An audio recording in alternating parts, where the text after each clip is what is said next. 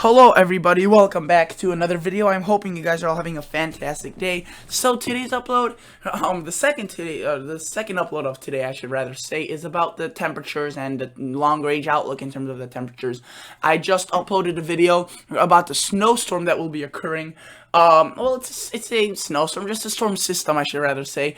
Nothing really too significant, though the snowfall amounts in some locations will be, great. Go check that video out. Just go on my videos. And you should find it. This one is about the polar vortex type occurrence that will be occurring this upcoming week. So let's just jump right into this. Consider subscribing, consider liking this video. It really means a lot when you guys subscribe to my channel. I really enjoy each subscriber. I mean, it's like a whole new world, opened up. So, I don't know where I'm going with this. Just consider subscribing. If you don't, that's fine. Just consider liking the video at least as well. So, right now we're looking at the European model, this ECMWF, which is a medium forecasting long-range model. It's a medium long-range, not really a extremely long-range like the GFS, which goes out to 384. As you can see, this one only goes out to 240.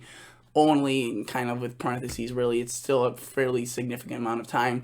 Notice how, though there's already cold in place across much of the U.S., we see the blue colors, and this is also, by the way, I think this is in Celsius, these anomalies. Let's see if I could, anomaly sigma. Okay, so no, never mind. This is a little bit different of a measurement, but notice basically how it's chilly. The greens are kind of moderately below average to a significantly below average. Anything below the green or greater than the green, you can see the scale right here. Notice that the blue and then the purple, that purple is just ridiculously below average, though. Notice how this thing, the cold air in place now will move out of the way a little bit for a puff of Pacific air, I like to call it.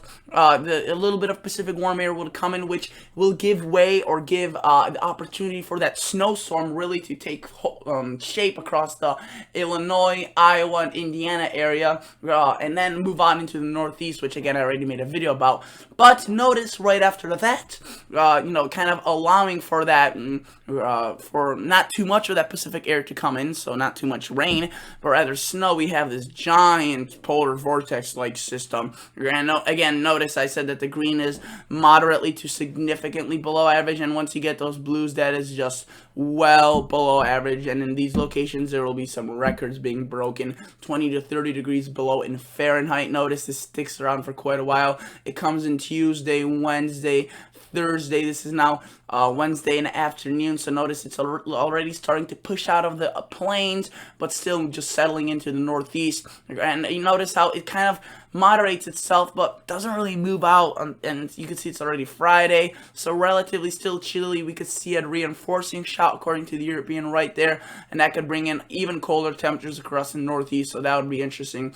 But then we see the cold temperatures, if you will, kind of move out of the way, and it's more, you can see it's opportunity where the warm air could really just jump in, and more of a zonal pattern comes in, which is more of a east to west type of flow, where the jet stream is more of a straight line rather than all looped and crazy going. So that's the technical term for that is zonal, and usually with the zonal flow we see more of a progressive pattern, troughs and ridges. So we'll have to see what occurs with that. But you could see significant. Let's look at the European 2-meter temperatures, the actual temperatures. So not just the anomalies, which how much below it is. Let's look at the actual anomalies and. Let's look at the actual temperatures. Let's wait for this to load. This sometimes takes a little bit while, but let's start at the hour 0. Notice already chill in place. I mean, it's 40s and 50s. All the way down to Florida, the Gulf Coast. I mean, literally the beaches of the Gulf of Mexico are going to be seeing the 40s and 50s as of now. Widespread 20s were observed today in the morning. It was very, very chilly across the U.S. Again, however, this Saturday, today when I'm uploading this video, there will be a little bit of a warm-up. Notice the plains get a little bit warm, get into the 60s, which is pleasant. They've been definitely on the colder side of things, but in the Northeast rather stays chilly in the 30s and the 20s. And few isolated 40s getting as far north as the shores of Lake Michigan. But notice how again, that's like that puff of Pacific air, you know, that little right there, that little increase of warm air, and that gives way to that low pressure, allowing to form itself a little bit better, as low pressures usually form kind of like bacteria. Warm, moist environments are the best. When it's dry, cold, it's kind of, you know, not really good for them. That's why, you know, when you, I don't know, give a comparison to storing potatoes. If you store potatoes, you got to store them in dry, cool locations so bacteria and mold and fungus doesn't form.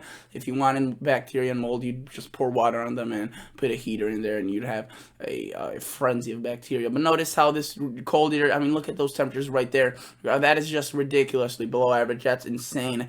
That is, let's see, that is 15 to 20 degrees below Fahrenheit. I think, yeah, this is in Fahrenheit now. So notice that that would be a polar vortex in the wintertime across January, let alone November. Of course, we won't be seeing negative 10 to 15 across really the U.S. in great amounts. We may see a few locations getting down below zero. You can see right by the border 1, 8. But again, I mean, it's really just in Canada, by Hudson Bay. This is, you know, several thousand miles up to the north from, I would say 1,000, maybe a 1,500, you know, 1,500 miles away from the U.S.-Canadian border. But this really just bottoms out, and wherever the snow is, we see these little patches of really cold air, and that can just really bring the temperatures, you know, stumbling down. Look, 30s, 40s down to the Gulf Coast beaches. Texas, widespread 30s and 20s, panhandle into the teens, and then a single digits across most of the north central U.S. So this is, you know, by all means just a historic pattern change, a historic polar vortex.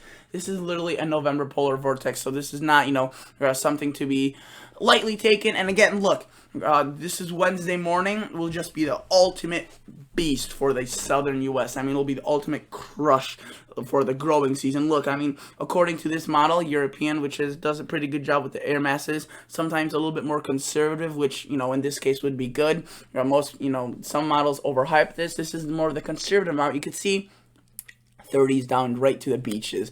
So any, you know, tropical plants may get actually harmed by this. So that would be actually very interesting to see if, you know, there would be some sort of occurrence of a freak frost in November across. I mean, yeah, they get frost in the wintertime, you know, not every year across the Gulf Coast, but sometimes they do.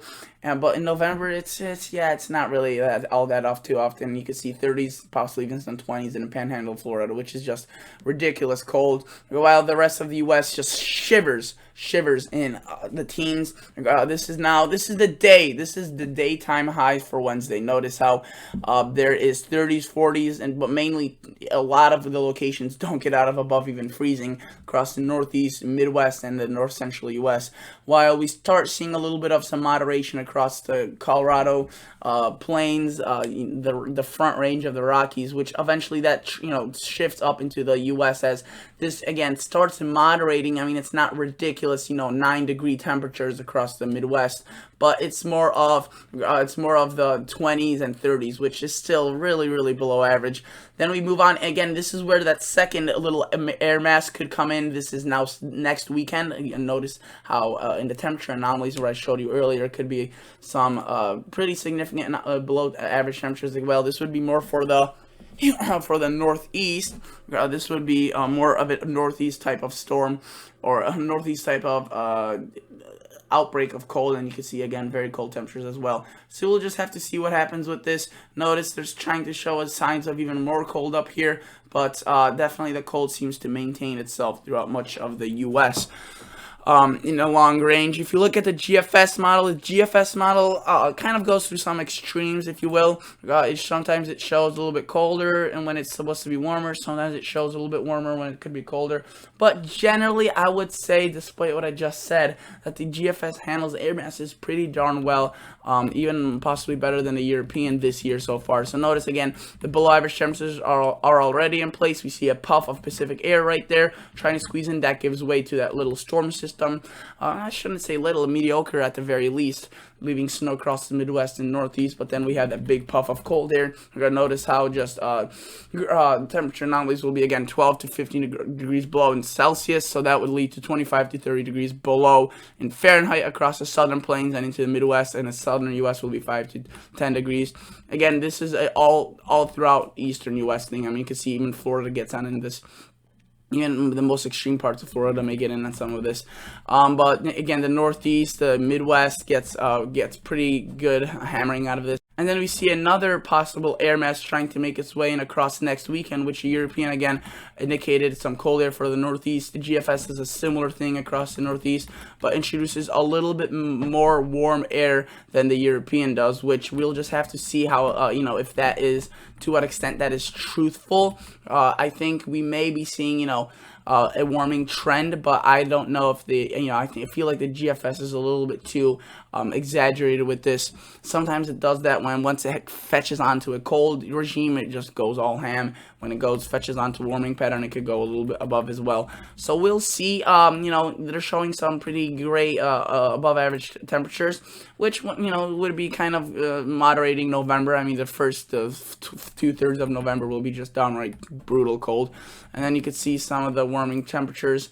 Let's look at the 2-meter temperature shaded, but this wouldn't be heat. This wouldn't be 60s. This is nothing of that sort, really. I mean, this would rather be maybe 40s, 50s, closer to average, really. It would feel really warm compared to the things we've been seeing, but again, it would just be 40s and 30s really across the U.S. Maybe some 60s across the plains where it tends to warm up a little bit more, a little bit quicker. So thank you guys so much for watching. Consider liking the video, consider subscribing to this channel, and I'll catch you all guys on the next episode. See ya. Bye.